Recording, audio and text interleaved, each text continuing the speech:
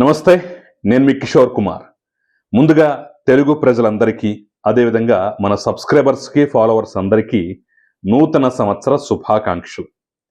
మీరు మొదటిసారి ఈ ఛానల్ చూస్తున్నట్టయితే దయచేసి ఈ ఛానల్ని సబ్స్క్రైబ్ చేయండి. అదేవిధంగా మీకు కింద హైప్ బటన్ కనిపిస్తే దాన్ని ప్రెస్ చేసి మాకు పాయింట్లు ఇవ్వటం కూడా మర్చిపోకండి. మీ ప్రోత్సాహమే మాకు కొండంత బలాన్ని ఇస్తుంది. ఈరోజు నూతన సంవత్సరం సందర్భంగా ఫస్ట్ వీడియో పాజిటివ్ అంశాలతోటి, కాస్త మంచి మాటలతోటి ప్రారంభించే ప్రయత్నం అయితే నేను చేయబోతున్నాను.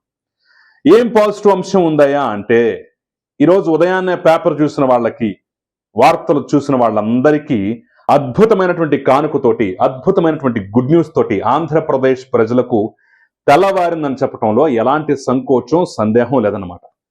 ఆంధ్రప్రదేశ్ ప్రభుత్వం ప్రజలందరికీ నూతన సంవత్సర కానుకను ప్రకటించింది. అది విద్యుత్ ఛార్జీల రూపంలో సుమారు 4,400 కోట్ల రూపాయల పైచిలకు ట్రూప్ ఛార్జీల భారాన్ని మేం ప్రజల మీద మోపం, మేమే భరిస్తాం, మేమే కడతామని చెప్పేసి ప్రభుత్వం ఒక కీలకమైనటువంటి నిర్ణయం తీసుకుంది, ముందడుగు వేసింది.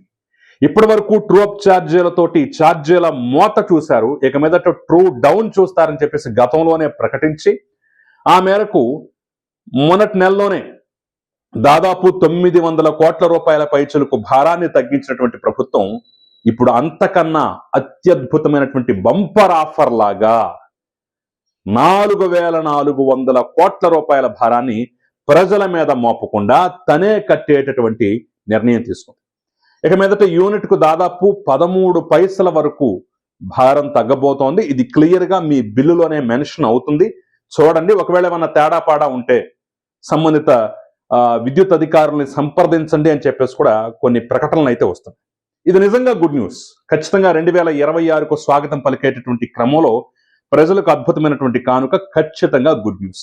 ఎందుకంటే అసలు ఈ ట్రూప్ ఛార్జీల భారం ఎప్పుడు పడింది, ఎక్కడి నుంచి పడింది అనేటటువంటి అంశాన్ని మనం పరిశీలించినట్లయితే ఎందుకు ఇది అద్భుతమైన కానుక కూడా మీకు క్లియర్గా అర్థమవుతుంది. ఒక్కసారి ఆ పూర్వరంగం కూడా చెప్తాను. ట్రూప్ ఛార్జీలు అనేది గతంలో కూడా ఉన్నాయి, కానీ మనందరికీ ఎక్కువగా అసలు ఈ పేరు, ఈ అంశం తెలిసి వచ్చింది. అసలు ఈ ఛార్జీల మోతని ఆంధ్రప్రదేశ్ ప్రజలు రుచి చూసింది ఎప్పుడయ్యా అంటే 2019 నుంచి 24 మధ్యలో జగన్మోహన్ రెడ్డి పరిపాలనా కాలం. ఆయన రావటంతో పవర్ పర్చేజ్ అగ్రిమెంట్లు, పీపీఏల రద్దు అనేటటువంటి ఒక దుర్మార్గకరమైనటువంటి, దారుణమైనటువంటి నిర్ణయం తీసుకున్నారు. చంద్రబాబు నాయుడు హయాంలో దాదాపు ఒక 25 సంవత్సరాలకి యూనిట్కి ఆ దశల వారీగా సౌర విద్యుత్తు, పవన విద్యుత్ రంగాల్లో కొన్ని ఒప్పందాలు కుదుర్చుకున్నారు.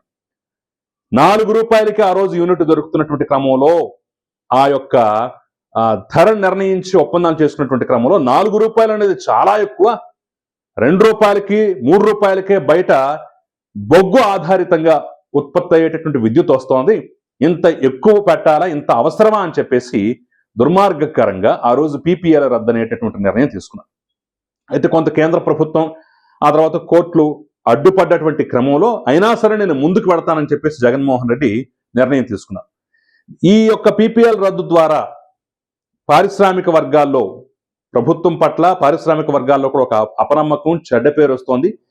ముఖ్యంగా దేశవ్యాప్తంగా కూడా చెడ్డ పేరు వచ్చే అవకాశం ఉందని చెప్పేసి కూడా అనేక మంది చెప్పినా, కేంద్ర మంత్రులు లేఖలు రాసినా, ఎంతమంది వాదించినా సరే జగన్మోహన్ రెడ్డి మొండిగా ముందుకు వెళ్ళిపోయాడు.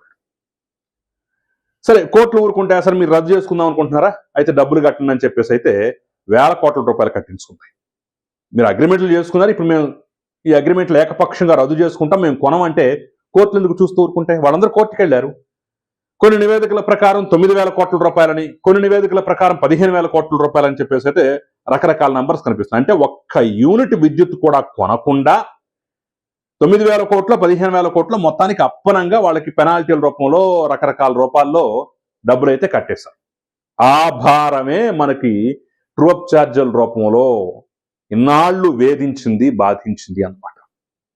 జగన్మోహన్ రెడ్డి పరిపాలన పూర్తయిన తర్వాత ఈఆర్సీ కమిషనర్గా ఉన్నటువంటి, చైర్మన్గా ఉన్నటువంటి నాగార్జున రెడ్డి కూడా వెడుతూ కూడా కొన్ని సంతకాలు చేసిపోయారు, కొత్త ప్రభుత్వం మీద భారం వేసిపోయారు అనేటటువంటి ఆరోపణలు కూడా మనం గతంలో చూసాం. ఒక ట్రూప్ ఛార్జీలనే కాదు, రకరకాల పేర్లతోటి బాధుడు కూడా మనం గతంలో చూసాం. అయితే నూతన ప్రభుత్వంలో మేము ఖచ్చితంగా ఈ నిర్ణయం తీసుకుంటాము, మేము ఒక్క రూపాయి కూడా ఛార్జీ పెంచకుండా పరిపాలన సాగిస్తామని చెప్పేసి 2024 ఎన్నికల్లోనే చంద్రబాబు నాయుడు ప్రకటించాడు. సో ఆ యొక్క హామీని అమలు చేసుకుంటూ మీరు ట్రూ అప్ ఛార్జీలు చూశారు, అంటే పెరగటమే చూశారు, ఇక మీద ట్రూ డౌన్ చూస్తారని చెప్పేసి ప్రకటించినటువంటి క్రమంలో మొత్తానికి దాదాపు సంవత్సరంన్నర పరిపాలన పూర్తయిన తర్వాత నుంచి ఈ నిజమైనటువంటి ట్రూ డౌన్ అనేది చూస్తున్నాం. మొన్నే 900 కోట్ల రూపాయల పైచులకు ట్రూ డౌన్ చూసాం. ఇప్పుడు దాదాపు 4,000 కోట్ల రూపాయల పైచులకు ప్రభుత్వమే కడుతోంది. ప్రభుత్వం కట్టకపోతే ఇది ప్రజల మీద భారం పడుతుంది. ప్రజల మీద భారం పడకుండా ప్రభుత్వమే కట్టేటటువంటి నిర్ణయం తీసుకుంది కాబట్టి ఇది నిజంగా మంచి నూతన సంవత్సర గిఫ్ట్ అని చెప్పేసి కూడా భావించవచ్చు. ఇక దుర్మార్గకరమైన అంశం కూడా ఇక్కడ మనం ఒకటి ప్రస్తావించుకోవాలి. జగన్మోహన్ రెడ్డి ఆర్భాటంగా రద్దు చేసినటువంటి పీపీఏలు, అంటే 3 రూపాయలు 4 రూపాయలే చాలా ఎక్కువ ధర అని చెప్పేసి ఆర్భాటంగా నిర్ణయం తీసుకుని ఆ తర్వాత బాగా కటకట, నీటి కటకట, విద్యుత్ కటకట సమయంలో మేము ఎక్కువ డబ్బులు పెట్టి మరి ఎంత భారమైన కరెంటు కొంటున్నాం, ప్రజలకు ఇస్తున్నాం అని చెప్పేసి ఆ రోజుల్లో కొన్ని బిల్డప్లు కూడా ఇచ్చుకున్నాం. మీరు నమ్మరు, దాదాపు యూనిట్ 10 రూపాయలు పెట్టి కొన్నటువంటి సందర్భం కూడా ఉంది. 9-10 రూపాయలు చెల్లించి యూనిట్ విద్యుత్తుని, అంటే బాగా పీక్ టైం ఎండాకాలంలో విద్యుత్ కోతలతో అల్లాడిపోతున్న సమయంలో ప్రజల నుంచి తీవ్ర వ్యతిరేకత వస్తుందనేటటువంటి భయంతో అలా కొని మరీ ఇచ్చారు. ఈ 4 రూపాయలు ఎక్కువ, 2.5 రూపాయలు 3 రూపాయలకు వస్తుంది కదా అని చెప్పేసి మాట్లాడినటువంటి వ్యక్తులు ఈరోజు 10 రూపాయలు, ఆ రోజు 10 రూపాయలు పెట్టి కూడా కొన్నారంటే చెప్పే మాటలకి చేసే పనులకి ఏ రకంగా ఉంటుందో, ఏ రకంగా పొంతన లేకుండా వ్యవహారం ఉంటుందో మనం చూడొచ్చు అనమాట. సో ఇక మీదట విద్యుత్ ఛార్జీల భారం అయితే ఖచ్చితంగా తగ్గబోతోంది అనేటటువంటి శుభవార్తతోటి 2026 సంవత్సరాన్ని అయితే ప్రారంభించాం అనేటటువంటి మాట చెప్పుకోవడంలో ఎలాంటి సందేహం లేదు. దాంతోపాటు మరికొన్ని గుడ్ న్యూస్లు, ముఖ్యంగా ఎస్సీ కార్పొరేషన్ నుంచి తీసుకున్నటువంటి రుణాల అంశంలో కూడా వడ్డీ మాఫీ అనేటటువంటి కీలకమైనటువంటి నిర్ణయాన్ని అయితే ఆంధ్రప్రదేశ్ ప్రభుత్వం తీసుకుంది. ఇది కూడా శుభవార్తగా చెప్పుకోవచ్చు. దాదాపు 11,000 మంది ఆ యొక్క కార్పొరేషన్స్ ద్వారా, ఆ అంశాల ద్వారా తీసుకున్నటువంటి రుణం మీద వడ్డీ విముక్తి అయితే పొందబోతున్నారు. అనేక స్వయం ఉపాధి పథకాల ద్వారా పొందినటువంటి రుణాల మీద అయితే ఖచ్చితంగా ఉపశమనం అయితే లభించబోతుంది. 11,000 మందికి ఉపశమనం కల్పించేటటువంటి మరొక కీలకమైన నిర్ణయం కూడా ఈరోజు తాజాగా వెలువడింది. ఇక అభివృద్ధికి సంబంధించిన అంశం చూసినట్లయితే మరొక శుభవార్త ఏంటంటే భోగాపురం ఎయిర్పోర్ట్లో మొదటి ఫ్లైట్ దిగబోతోంది. అంతర్జాతీయ విమానాశ్రయం నిర్మాణం అనేది ఆంధ్రప్రదేశ్ ప్రజలకు ఒక కలగా మిగిలిపోయినటువంటి రోజుల నుంచి ఈరోజు భోగాపురం, కోర్స్ విజయవాడ ఎయిర్పోర్ట్ కూడా అంతర్జాతీయ విమానాశ్రయం, దాంట్లో కూడా అంతర్జాతీయ విమానాశ్రయ సర్వీసులు ప్రారంభం కావాలి, కొత్త టెర్మినల్ నిర్మాణం కానివ్వండి, ఇంకా మిగతా అంశాలు, అభివృద్ధి విస్తరణ ప్రణాళికలు కూడా ఒక పక్క జరుగుతున్నాయి. అయితే కావలసినంత వేగంగా జరగట్లేదు, లేట్ అవుతోంది అనేటటువంటి భావన, కొంత వ్యతిరేకత, దాని మీద కొంతమంది గట్టిగా మాట్లాడే సందర్భం కూడా మనం చూసాం.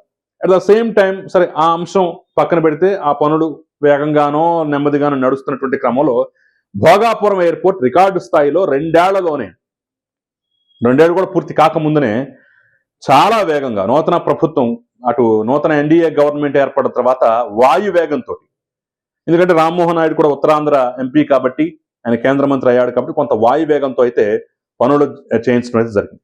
సో దీని ద్వారా కూడా విశాఖపట్నం బ్రాండ్ ఇమేజ్ ఇంకా ఇనుమడించే అవకాశం ఉంది.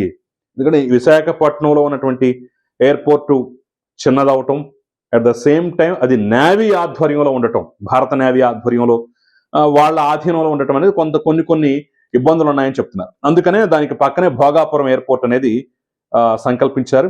భోగాపురం ఎయిర్పోర్ట్ పూర్తి స్థాయిలో వచ్చిందంటే ఇటు ఉత్తరాంధ్ర జిల్లాలతో పాటుగా ముఖ్యంగా విశాఖలో పెట్టుబడులు పెట్టే వాళ్ళకి, ఉత్తరాంధ్ర జిల్లాల వాళ్ళకి, పక్కనే ఉన్నటువంటి ఒడిస్సాలో ఉత్తరాంధ్రకి దగ్గరగా ఉన్నటువంటి ప్రాంతాల్లో వాళ్ళకి కూడా అక్కడేదో ఒక స్థానిక ఎయిర్పోర్ట్ ఉందట, ఇంటర్నేషనల్ ప్రయాణాల కోసం ఇటు వచ్చే అవకాశం ఉంది అని చెప్పేసి అంటున్నారు. ఇక గోదావరి జిల్లాలో కూడా దగ్గర ఉన్న వాళ్ళు ఇటు వచ్చే అవకాశం ఉంటుంది. లేదంటే ఇటు విజయవాడ పూర్తి స్థాయిలో రెడీ అయిపోతే కొంత గోదావరి జిల్లాల్లో ఇటు వస్తారు, విజయవాడకు వస్తారు. అదేవిధంగా రాయలసీమ వాళ్ళు కూడా కొంతమంది హైదరాబాద్ వెళ్ళినా కొంతమంది ఇటు వచ్చేటటువంటి అవకాశం ఉంటుంది, కొంతమంది బెంగళూరు వెళ్ళిపోతారు. సో భోగాపురం ఉత్తరాంధ్ర జిల్లాలు, కొంత గోదావరి, అటు ఒడిశా నుంచి ఎక్కువగా ఇటు చూసేటటువంటి అవకాశం కూడా కనిపిస్తోంది. ఇది ఖచ్చితంగా అంతర్జాతీయ విమానాశ్రయం ఆ స్థాయిలో వెలుగొందటానికి ఒక అద్భుతంగా రేపటి రోజున మారబోతుందని చెప్పడానికి మంచి ఉదాహరణగా అయితే నిలుస్తోంది. సో రేపు 4వ తారీఖునే కేంద్ర మంత్రి రామ్మోహన్ నాయుడుతో పాటు అక్కడ స్థానిక ఎంపీ కలిసెట్టి అప్పలనాయుడు వీళ్ళందరూ ప్రయాణిస్తున్నటువంటి మొదటి ఫ్లైట్ అయితే అక్కడ దిగేటటువంటి రన్వే మీద దిగేటటువంటి అవకాశం స్పష్టంగా ఉందని చెప్పేసి కూడా వార్తలు వస్తున్నాయి. సో అది మొదటి ఫ్లైట్ దిగిందంటే ఇక పనులు దాదాపు కొలిక్కొచ్చినట్టే. మిగిలిన ఏమన్నా వర్క్స్ ఉంటే తొందరగా ఫినిష్ చేసేయాల్సినటువంటి బాధ్యత కూడా మంత్రి మీద ఉంటుంది.